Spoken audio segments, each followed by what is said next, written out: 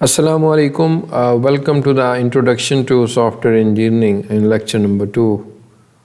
Last lecture में हमने codes को डिस्क्राइब किया था और बेसिक इंट्रोडक्शन कवर किया था सॉफ्टवेयर इंजीनियरिंग का, और उसके अंदर हमने सबसे पहले सॉफ्टवेयर इंजीनियरिंग की जो टर्म है वो कहाँ से कॉइन हुई थी उसके बारे में एक हिस्टोरिकल बैकग्राउंड डिस्कस किया।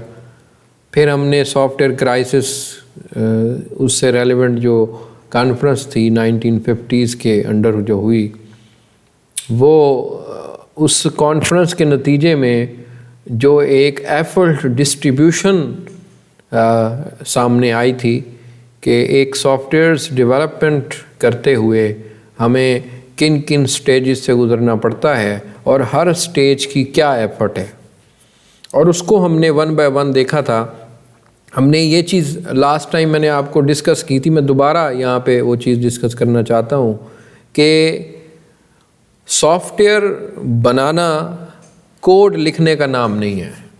ये बात अपने जहन में आज बिठा लें आप कि सिर्फ सॉफ्टवेयर बनाने के लिए मुझे सिर्फ किसी प्रोग्रामिंग लैंग्वेज के अंदर कोड लिखना पड़ता है, ऐसा हरगिज़ नहीं है, बल्कि मुझे और भी कई काम ऐसे करने पड़ते हैं जो बहुत ज़रूरी हैं और उनके बगैर भी सॉफ्टवेयर नहीं बन सकता, जिसमें रिक्वायरमेंट इंजीनियरिंग है, डिज़ाइन है, टेस्टिंग है, इम्प्लीमेंटेशन है, इसके अलावा एनालिसिस हो सकता है रिक्वायरमेंट्स का।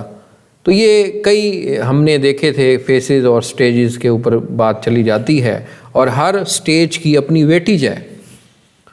तो ये कह देना कि जी सर सिर्फ सॉफ्टवेयर सिर्फ कोड लिखने का नाम है, ऐसा मुमकिन नहीं है। और आजकल के जो कॉम्प्लेक्स तरीन जो सॉफ्टवेयर्स आप देखते हैं अपने सामने, आप देखें जो वेब, चाहे वेब बेस्ड हों, चाहे मोबाइल एप्लीकेशंस हों, चाहे डेस्कटॉप एप्लीकेशंस हों, तो ज़रूरी है कि उनमें ये सॉफ्टवेयर इंजीनियरिंग की जो बाकी एक्टिविटीज़ होती हैं ये भी होनी चाहिए। अदरवाइज़ हमारे सॉफ्टवेयर्स ऐसे क्वालिटी वाइज जो हैं अच्छे नहीं होंगे और उनमें बहुत सारे बाद में एरर्स देखने को मिलेंगे।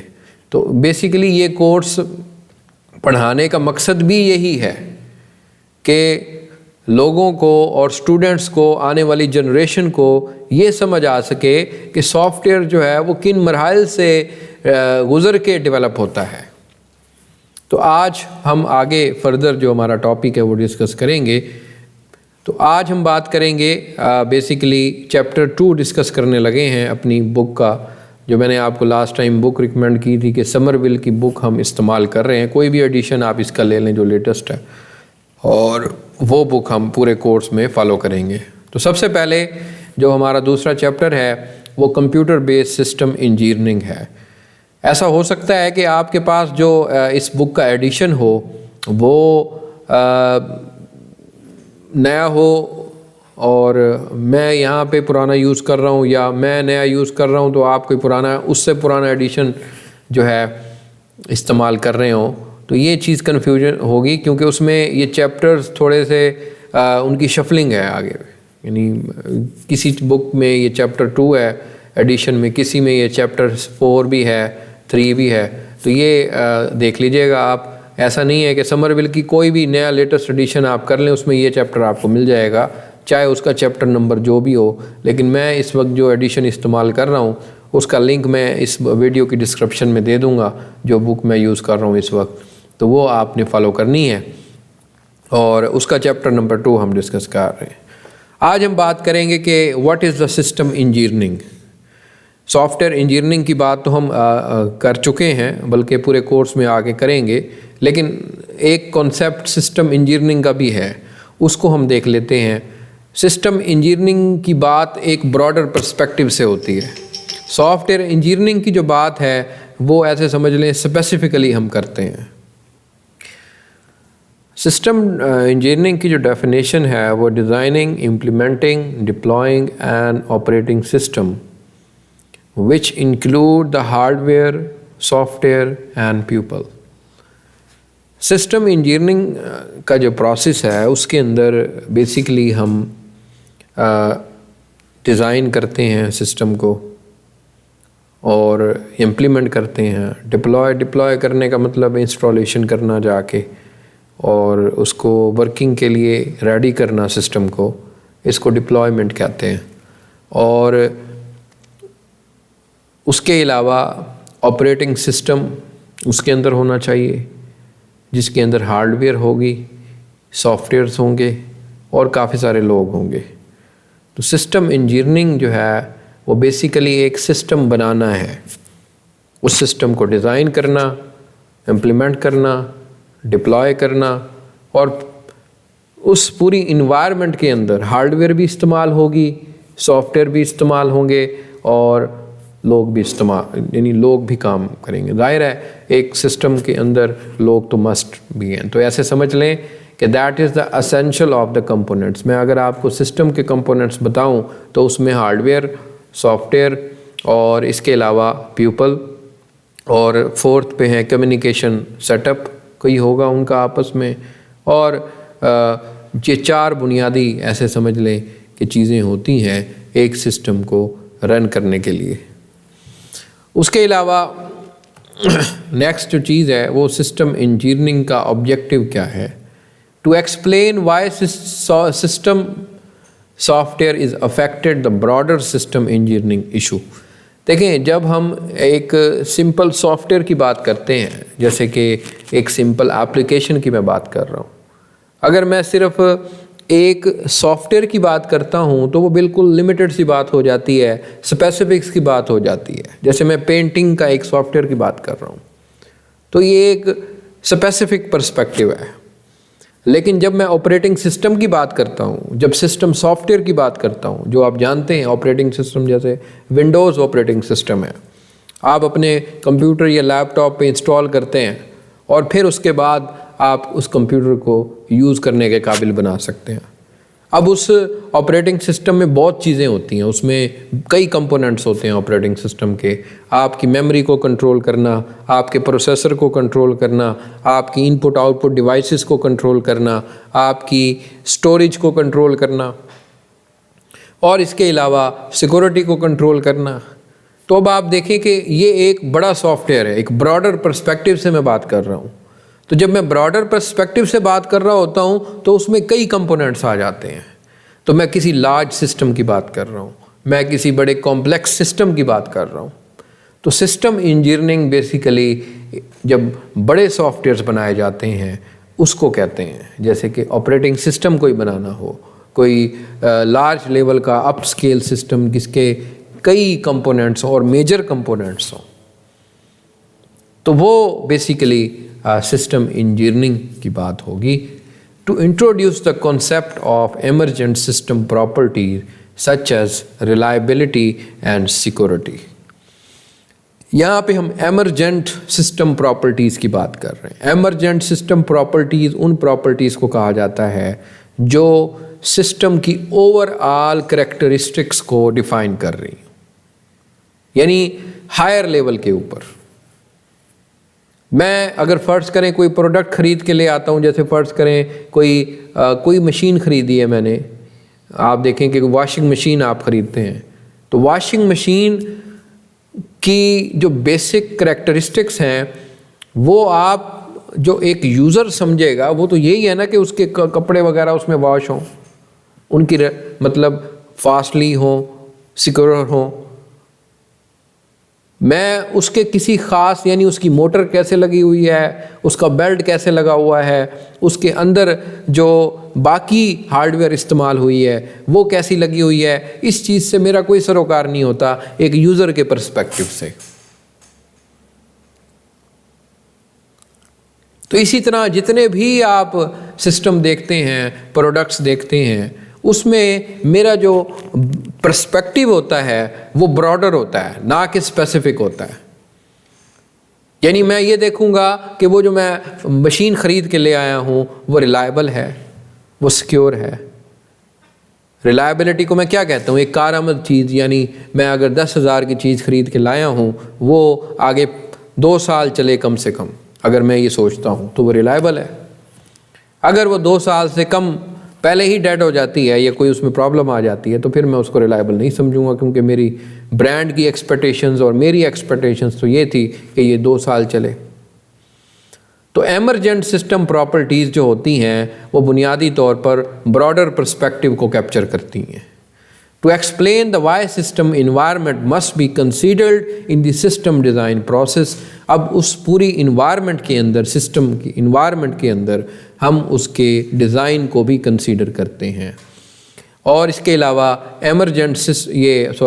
System engineering and system procurements processes, इसको भी हम कैप्चर करते हैं। तो ये चंद ऑब्जेक्टिव्स हैं जो कि सिस्टम इंजीनियरिंग के अंदर देखे जाते हैं। इनको हम आगे 1 बाय 1 डिस्कस करेंगे।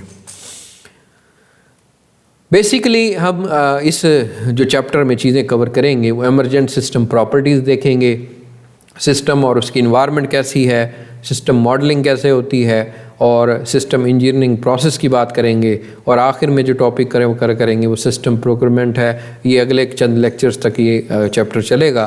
तो मैं उम्मीद करता हूँ कि बुक आप ये डाउनलोड कर लें, और वहाँ से हम यहाँ पे ज़ाहिर है डिटेल कवर नहीं कर सकते ज़्यादा लेक्चर में, तो ये डिटेल आपने ख़ुद पढ़नी होती है। बुक के अंदर हम एक्सप्लेन करते हैं एक कॉन्सेप्चुअल वे से, बाकी आपने ख़ुद स्टडी करना होता है। अगर आप डिटेल जाके नहीं पढ़ते फिर आपको ज़्यादा डिटेल पता भी नहीं होती उस चीज़ के बारे में, तो मुश्किल होती है। तो सबसे पहली बात कि व्हाट इज़ द सिस्टम?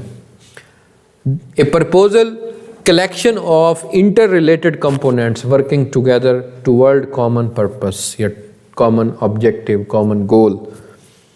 कि एक गोल को अचीव करने के लिए कई हिस्से अपना अपना काम कर रहे हैं, मिल के काम कर रहे हैं आपस में, लेकिन काम उनका बिल्कुल इंडिविजुअल है।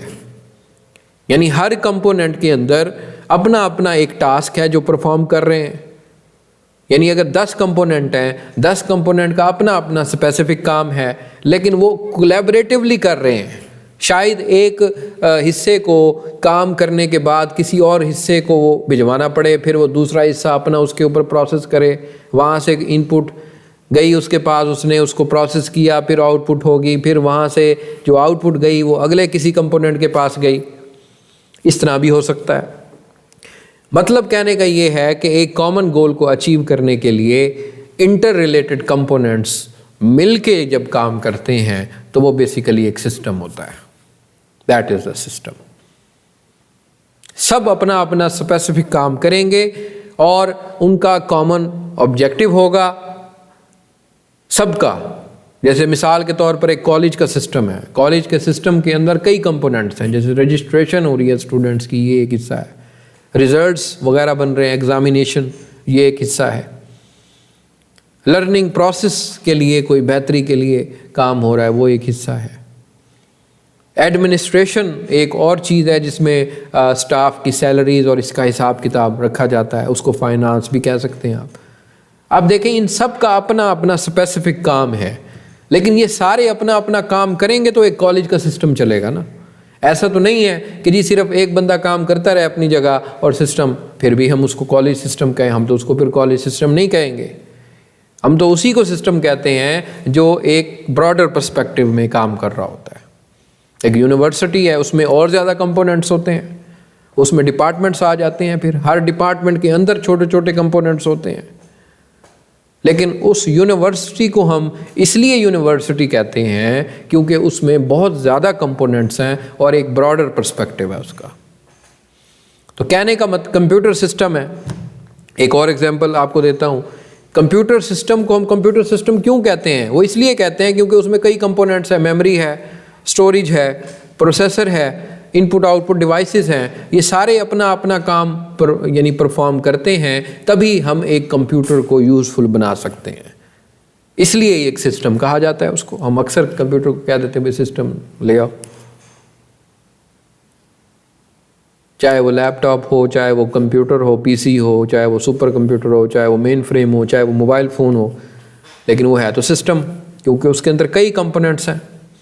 तो बुनियादी तौर पर ये जो मैं आपको एग्जांपल देना चाह रहा था वो कंप्लीट हुई। ये सिस्टम में include the software, mechanical, electrical, electronic hardware and be operated by the people. तो एक सिस्टम में मैंने जैसे शुरू में बताया, सॉफ्टवेयर हो सकती है, कोई मैकेनिकल गैजेट हो सकता है, इलेक्ट्रिकल कोई डिवाइस हो सकती है, इलेक्ट्रॉनिक हार्डवेयर हो सकती है, और उसको ऑपरेट करने वाले लोग भी हो सकते हैं। तो ये यानी लोग भी हैं उसमें, हार्डवेयर भी है, सॉफ्टवेयर भी है, और भी चीज़ें होती हैं कम्युनिकेशन सेटअप के लिए, नेटवर्किंग के लिए। जाहिर है system components are dependent on the system components. ऐसा हो सकता है कि सिस्टम के जो हिस्से हैं वो एक दूसरे पे डिपेंडेंट भी हो सकते हैं।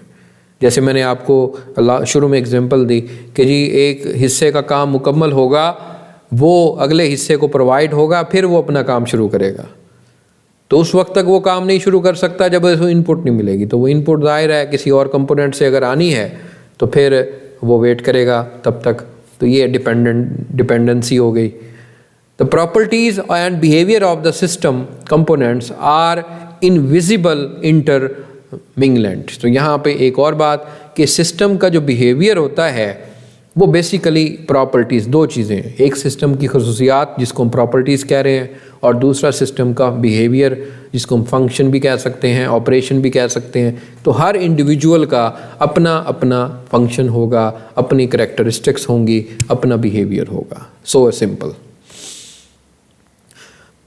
Problem of the system engineering, इसकी कुछ प्रॉब्लम है वो भी देख लेते हैं। Large system are usually design to solve the wicked problems. Wicked का मतलब होता है कॉम्प्लेक्स प्रॉब्लम्स, लार्ज प्रॉब्लम्स, यानी जिसका पर्सपेक्टिव बहुत वसी होता है, ब्रॉडर होता है।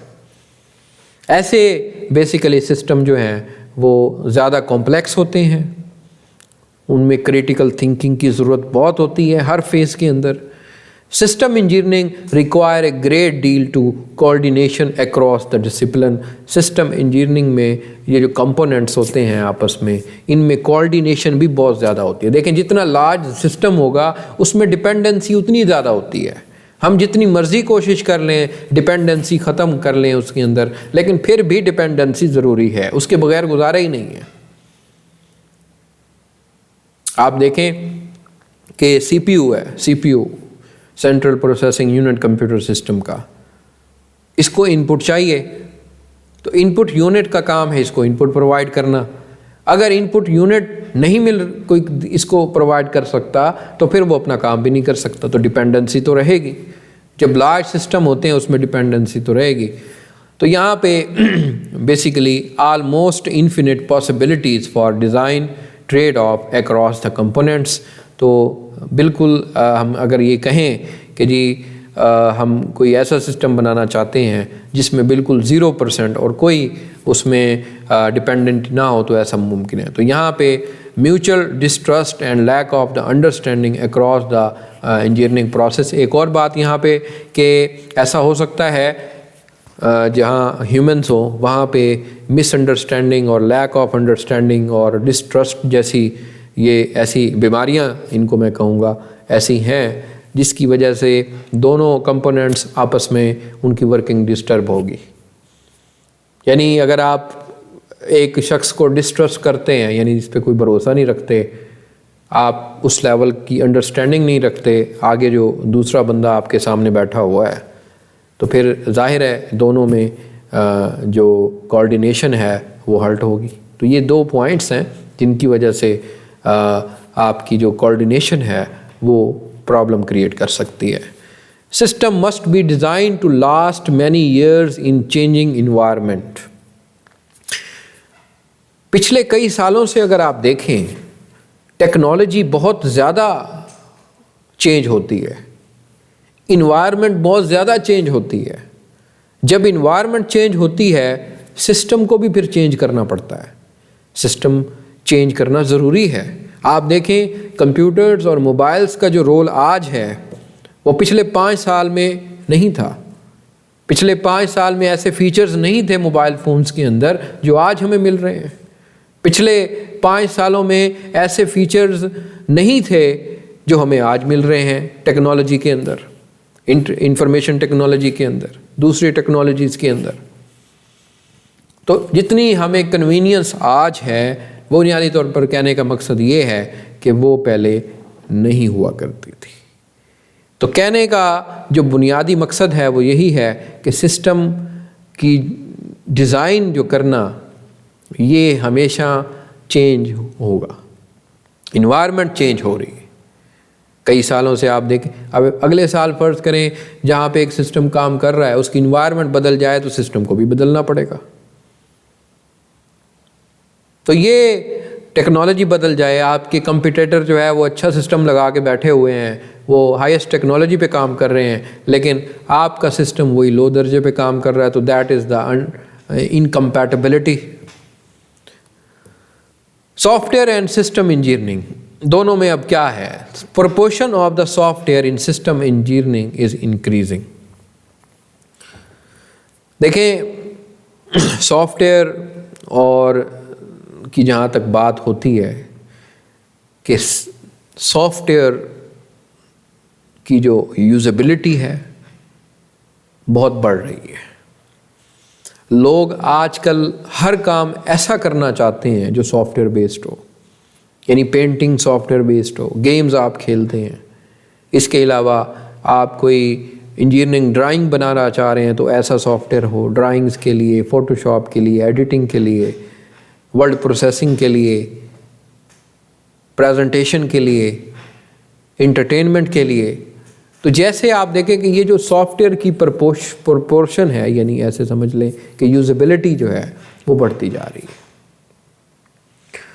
Software driven general purpose electronics is replace the special purpose system. पहले अगर कोई जर्नलाइज किस्म के सॉफ्टवेयर होते थे तो उनको रिप्लेस कर दिया है स्पेशल पर्पस सिस्टम ने। उसकी वजह क्या हुई है? उसकी वजह ये हुई है कि लोग चाहते हैं कि हम कोई स्पेशलाइज्ड चीज़ करें। यानी आज आप हर फील्ड के अंदर देखें, जो भी जिस भी डोमेन में बंदा काम कर रहा है वो ये चाहता है कि जो मैं काम कर रहा हूँ ये कोई ऑटोमेटिक हो जाए। मैं पेंटिंग कर रहा हूँ तो वो ऑटोमेटिक हो जाए, मैं कोई वर्ड प्रोसेसिंग कर रहा हूँ तो वो ऑटोमेटिक हो जाए, मैं कोई चीज़ काउंट कर रहा हूँ तो वो ऑटोमेटिक हो जाए, मैं कोई मैथमेटिकल कैलकुलेशन कर रहा हूँ तो वो ऑटोमेटिक हो जाए। तो मैं अगर अपनी लाइफ के अंदर देखूँ, एक एनालिसिस करूँ, तो मुझे लॉट ऑफ सॉफ्टवेयर्स मिल जाएंगे जो किसी स्पेसिफिक पर्पस के ऊपर काम कर रहे हैं। Problems of the software engineering are similar to the problems of the software engineering. यानी सिस्टम इंजीनियरिंग की जो प्रॉब्लम्स हैं वो सॉफ्टवेयर इंजीनियरिंग की भी हैं, क्योंकि जाहिर है एक चीज़ ब्रॉडर लेवल पे अगर सामने आ रही है तो वो माइनर लेवल पे भी आएगी, क्योंकि सिस्टम इंजीनियरिंग बहुत मतलब वसी फील्ड आप ऐसे कह सकते हैं। सॉफ्टवेयर इंजीनियरिंग उसके अंदर एग्जिस्ट करती है, तो जो प्रॉब्लम सिस्टम इंजीनियरिंग में आएगी वो फ़र्ज़ करें सिक्योरिटी का प्रॉब्लम आ रहा है सिस्टम इंजीनियरिंग में, ऐसा सॉफ्टवेयर इंजीनियरिंग में भी आएगा। तो that is the similar problems. Software is unfortunately seen as a problem in the system engineering. Basically देखें, ऑपरेटिंग सिस्टम है, यानी विंडोज़ ऑपरेटिंग सिस्टम की मैं बात करता हूँ। ये एक सिस्टम है, इसके ऊपर मैं कई सॉफ्टवेयर चलाता हूँ। अब ऑपरेटिंग सिस्टम बनाया ऐसे जाता है, कोशिश ये देखिए किस लिए बनाया जाता है ऑपरेटिंग सिस्टम, कि इसके ऊपर सॉफ्टवेयर रन हो, इसके ऊपर लोग अपना काम कर सकें। लोग अपना काम करने के लिए ज़ाहिर है कोई एप्लीकेशन सॉफ्टवेयर इंस्टॉल करते हैं उस पर। अगर कोई विंडोज़ ऑपरेटिंग सिस्टम ऐसा कोई सॉफ्टवेयर नहीं चलाता तो इसका मतलब ये है कि वो काम उसमें नहीं हो सकता। यही बात है ना। तो मैं ये कहना चाह रहा हूँ कि software is a seen as problem in system engineering, यानी सिस्टम इंजीनियरिंग के अंदर सॉफ्टवेयर को एज ए प्रॉब्लम देखा जाता है। मैं सिस्टम जब बना रहा हूँगा तो मैं ये चीज़ें भी देखूँगा कि इसके ऊपर कौन कौन से सॉफ्टवेयर चल सकते हैं और कितने कॉम्प्लेक्स लेवल के सॉफ्टवेयर चल सकते हैं। तो मेरा जो मकसद होगा वो ये होगा, मेरा मकसद ये हरगिज़ नहीं होगा कि जी मैं सिस्टम इंजीनियरिंग पे ही अपना फोकस रखूं, उसके कंपोनेंट्स पे ऐसा फोकस रखूं, मैं ये चीज़ बिल्कुल इग्नोर कर दूं कि इसके ऊपर जो एप्लीकेशन सॉफ्टवेयर चलने हैं वो कौन से होंगे। तो भाई सॉफ्टवेयर कौन से चलाए जाएंगे, क्या मेरा सिस्टम इस काबिल है कि ड्राइंग के सॉफ्टवेयर को चला सके, क्या जो मैं सिस्टम बना रहा हूँ वो इस काबिल है कि उसके ऊपर ये गेम्स खेली जा सकें। आप अगर कोई फ़र्ज़ करें कोई पुराना मोबाइल फ़ोन उठा लें जो पुराने मॉडल हो, या एंड्रॉयड आपका पुराना हो, आप उस पर आजकल की जो लेटेस्ट हैवी एप्लीकेशन चला सकेंगे? बिल्कुल नहीं चला सकेंगे। कोई गेम नहीं चलती होगी उस मोबाइल फ़ोन में। तो उसकी वजह यही होती है भाई कि सिस्टम इंजीनियरिंग के अंदर सॉफ्टवेयर को एज ए प्रॉब्लम देखा जाता है, तभी वो सिस्टम इतने काबिल होते हैं कि उन सॉफ्टवेयर को रन कर सकें। Many large system projects have been delayed because the software problem. वजह वही कि काफ़ी सारे जो बड़े सिस्टम प्रोजेक्ट्स हैं वो लेट हो जाते हैं क्योंकि उसमें सॉफ्टवेयर प्रॉब्लम्स आती हैं, सॉफ्टवेयर सही तरीके से नहीं चलते। फर्ज करें कोई ऐसी हम हार्डवेयर सिस्टम निकाल रहे हैं और वो काफ़ी तरह की एप्लीकेशन रन करता है, लेकिन एक स्पेसिफिक सॉफ्टवेयर अगर उस पर नहीं चलता और वो चलना चाहिए उस पर, तो हम उस सॉफ्टवेयर को नहीं, सिस्टम को नहीं आगे डिलीवर कर सकते जब तक वो स्पेसिफिक सॉफ्टवेयर की प्रॉब्लम सॉल्व नहीं कर सकता। तो मुझे उम्मीद है कि इस कॉन्सेप्ट को आपने अच्छी तरीके से अंडरस्टैंड किया होगा। आगे एमरजेंट प्रॉपर्टीज़ की मैं बात करूँगा। Properties of the system as a whole rather than properties that can drive from the properties of the component. ये बात मैं पहले कर चुका हूँ कि जो सॉफ्ट सिस्टम की प्रॉपर्टीज़ हैं उनका जो पर्सपेक्टिव होता है वो होल सिस्टम का होता है, ब्रॉडर पर्सपेक्टिव से होता है। हम किसी एक कंपोनेंट पे बात नहीं कर रहे होंगे, वो फिर डिटेल में बात हो जाती है। इस स्टेज पे मैं आपसे ये कहना चाह रहा हूँ, इस स्टेज पे मैं वो बात करूँगा कि जो एमरजेंट प्रॉपर्टीज़ वो होंगी जो एक ऐसे समझ लें कि ओवरऑल उसको देख रही होंगी। Emergent properties are consequences of the relationship between the system components. इनका ताल्लुक सिस्टम के कंपोनेंट से हो सकता है, ऑफ कोर्स होगा, क्योंकि जब हम कहेंगे कि सिस्टम की रिलायबिलिटी मुझे चाहिए तो रिलायबिलिटी का ताल्लुक उस सिस्टम से तो है, एज सच उनके कंपोनेंट से भी है, क्योंकि कंपोनेंट अगर सही तरीके से काम नहीं करेंगे तो सिस्टम सही तरीके से काम नहीं करेगा और फिर हमारी रिलायबिलिटी वाली जो एमरजेंट प्रॉपर्टीज़ है वो अचीव नहीं हो पाएगी। They can therefore only assessed and measured once the component have been integrated into a system. तो उसको एक्सेस करना, एमरजेंट प्रॉपर्टीज़ को मेजर करना उस कंपोनेंट में से और फिर ओवरऑल पूरे सिस्टम में इंटीग्रेट करना, ये ज़रूरी है। अब वो एग्जांपल्स देख लें कौन कौन सी हैं। Overall weight of the system, that is the emergent properties. Example, emergent properties that can be computed from the individual component properties. The reliability of the system, usability of the system. Overall system का wait क्या है? देखें, अगर system का wait का मतलब ये नहीं उसका वज़न करने लग जाओ, वेट मतलब उसमें कोड, उसमें बाकी जो डाटा है वो अगर वो बहुत ज़्यादा है तो फिर जाहिर है वो सिस्टम बहुत ज़्यादा हैवी होगा, उसमें परफॉर्मेंस बहुत स्लो होगी, एफिशिएंसी हर्ट हो जाएगी उसकी। एंड नेक्स्ट तो रिलायबिलिटी सिस्टम कंपोनेंट्स पे डिपेंड करती है और उनके जो कंपोनेंट्स के आपस में रिलेशनशिप होते हैं उन पे डिपेंड करती है।